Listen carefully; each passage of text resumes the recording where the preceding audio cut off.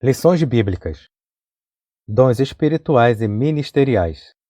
Servindo a Deus e aos homens com poder extraordinário.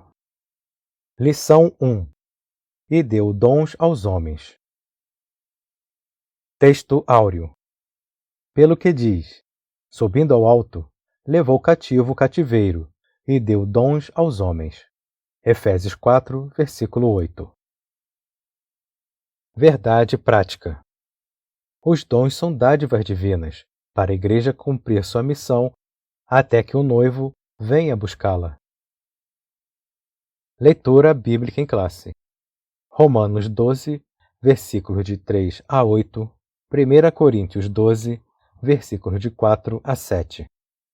Porque, pela graça que me é dada, digo a cada um dentre vós que não saiba mais do que convém saber, mas que saiba com temperança, conforme a medida da fé que Deus repartiu a cada um. Porque assim como em um corpo temos muitos membros, e nem todos os membros têm a mesma operação, assim nós, que somos muitos, somos um só corpo em Cristo, mas individualmente somos membros uns dos outros. De modo que, tendo diferentes dons, segundo a graça que nos é dada, se é profecia, seja ela segundo a medida da fé. Se é ministério, seja em ministrar. Se é ensinar, haja dedicação ao ensino. Ou o que exorta, use esse dom em exortar. O que reparte, faça-o com liberalidade. O que preside, com cuidado. O que exercita misericórdia, com alegria.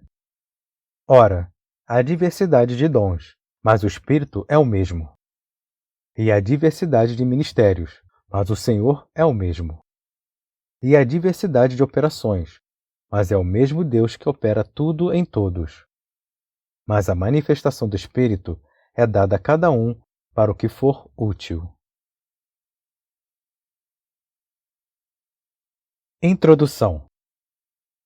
A Bíblia de Estudo Pentecostal define dons como manifestações sobrenaturais concedidas da parte do Espírito Santo e que operam através dos crentes para o seu bem comum.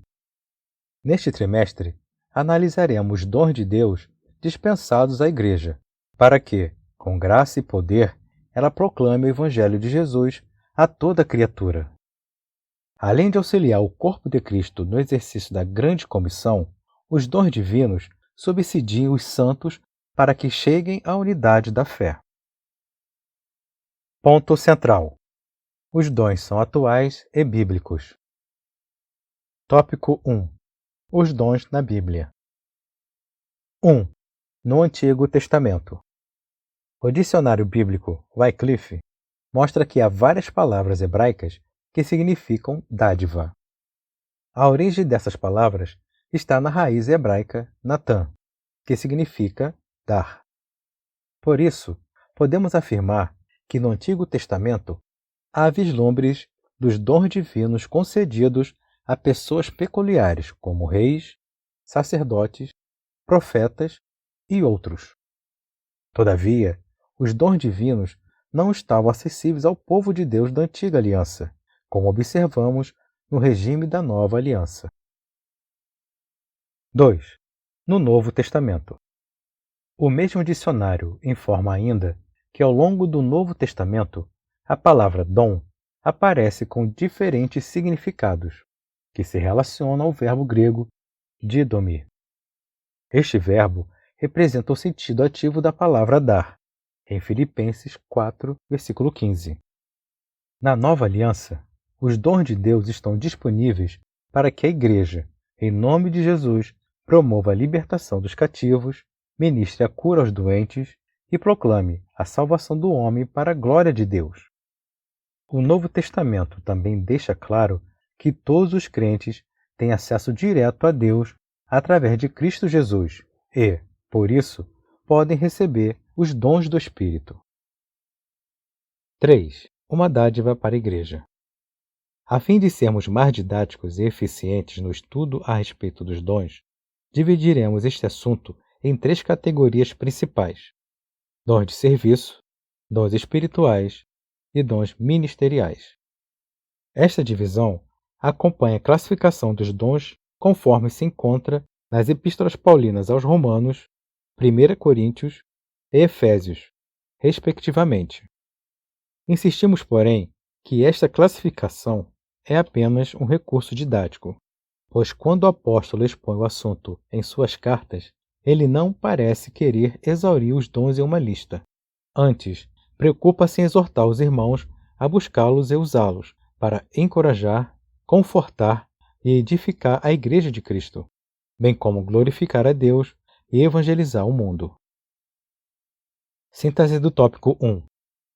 Nas páginas do Novo Testamento, os dons estão à disposição de todos os crentes, com o propósito de edificar a Igreja de Cristo. Tópico 2. Os dons de serviço espirituais e ministeriais. 1. Dons relacionados ao serviço cristão. Em Romanos 12, o apóstolo Paulo admoesta a Igreja, lembrando-a de que o membro do corpo de Cristo não pode se achar autossuficiente. Assim como o membro do corpo humano depende dos outros para exercer a sua função, na Igreja necessitamos uns dos outros para o fortalecimento da nossa vida espiritual e comunhão em Cristo. Por isso, a categoria de dons apresentada em Romanos 12 traz a ideia da manutenção dessa comunhão dos santos, pois ao falarmos de serviços, subentende-se que quem serve está prestando um serviço para alguém. Observe os dons de serviço listados por Paulo em Romanos: ministério, ofício diaconal, exortação, encorajamento, repartir, presidir e exercer misericórdia. Note que esses dons estão relacionados com uma ação em prol do outro, do próximo. Portanto, se você tem um dom, deve usá-lo em benefício da Igreja de Cristo na Terra. 2. Conhecendo os dons espirituais. Acerca dos dons espirituais, não quero, irmãos, que sejais ignorantes. Os dons listados em 1 Coríntios 12 são palavra da sabedoria, palavra da ciência, fé, curas, operação de maravilhas, profecia, discernimento de espíritos, variedade de línguas, interpretação de línguas. Apesar das manifestações sobrenaturais pertencerem ao mundo espiritual, isto é, a uma categoria particular da experiência religiosa do crente, o apóstolo Paulo desejava que as igrejas, e em especial a de Corinto, conhecessem algumas considerações importantes sobre os dons espirituais. Uma característica predominante em Corinto, segundo o comentário bíblico Beacon, era a vida pregressa dos membros envolvidos com a idolatria. Muitas manifestações espirituais na igreja lembravam a experiência mística das religiões de mistérios. Os coríntios precisavam ser ensinados de forma correta sobre a existência dos dons e de sua utilização dentro do culto e fora dele. Por isso, à luz da palavra de Deus, devemos ensinar a respeito dos dons espirituais para que a igreja seja edificada.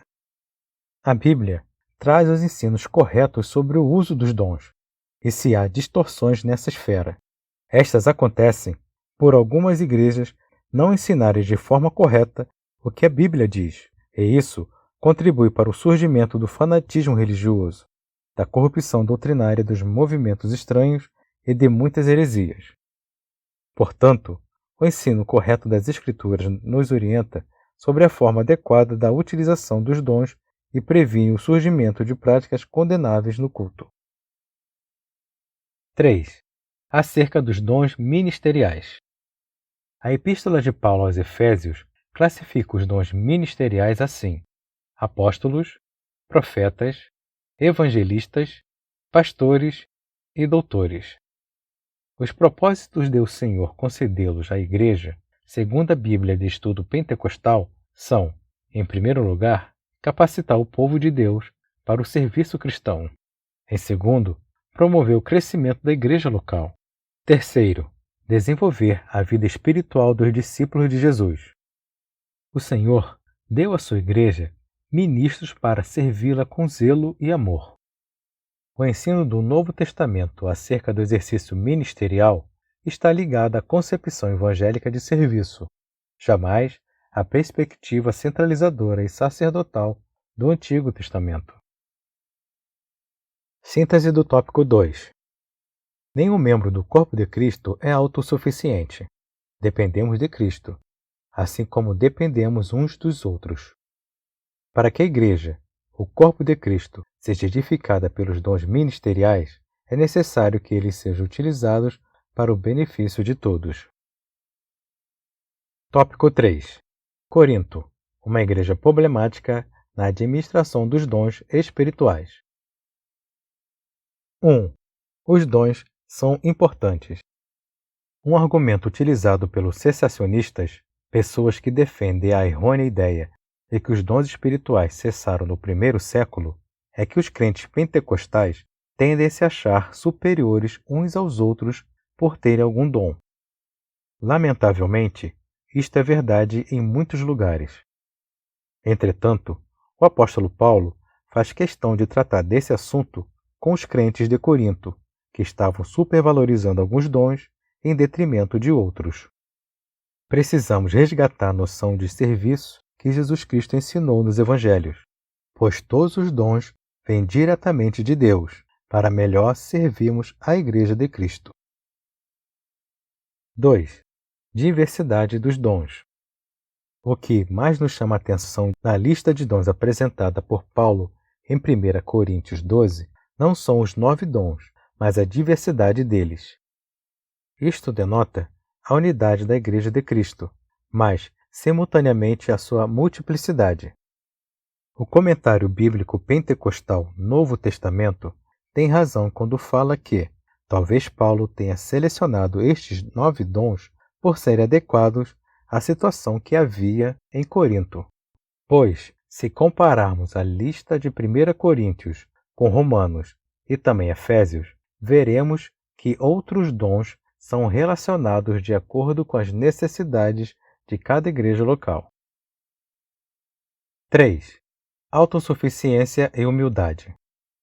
Os dons espirituais são concedidos aos crentes pela graça de Deus e não por méritos pessoais.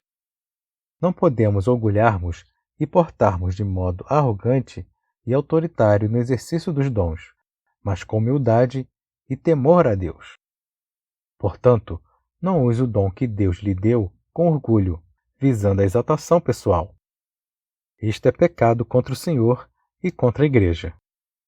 Use-o com um coração sincero e transbordante de amor pelo próximo. Não foi por acaso que o capítulo 13, Amor, de 1 Coríntios, foi colocado entre o 12, Dons, e o 14, Línguas e Profecias. Síntese do tópico 3. Não existe um dom mais importante que outro. Todos vêm diretamente de Deus e são úteis para a edificação do corpo de Cristo. Conclusão. O estudo dos dons de Deus aos homens é amplo e nos apresenta recursos pelos quais podemos servir ao Senhor e à sua Igreja. Esses dons são para os nossos dias, pois não há na Bíblia nenhum versículo que diga que os dons espirituais deixaram de existir com a morte do último apóstolo. Portanto, busquemos os dons do Espírito Santo, pois estão à nossa disposição. Eles são o exemplo da multiforme graça de Deus em dispensar instrumentos espirituais para a Igreja na história.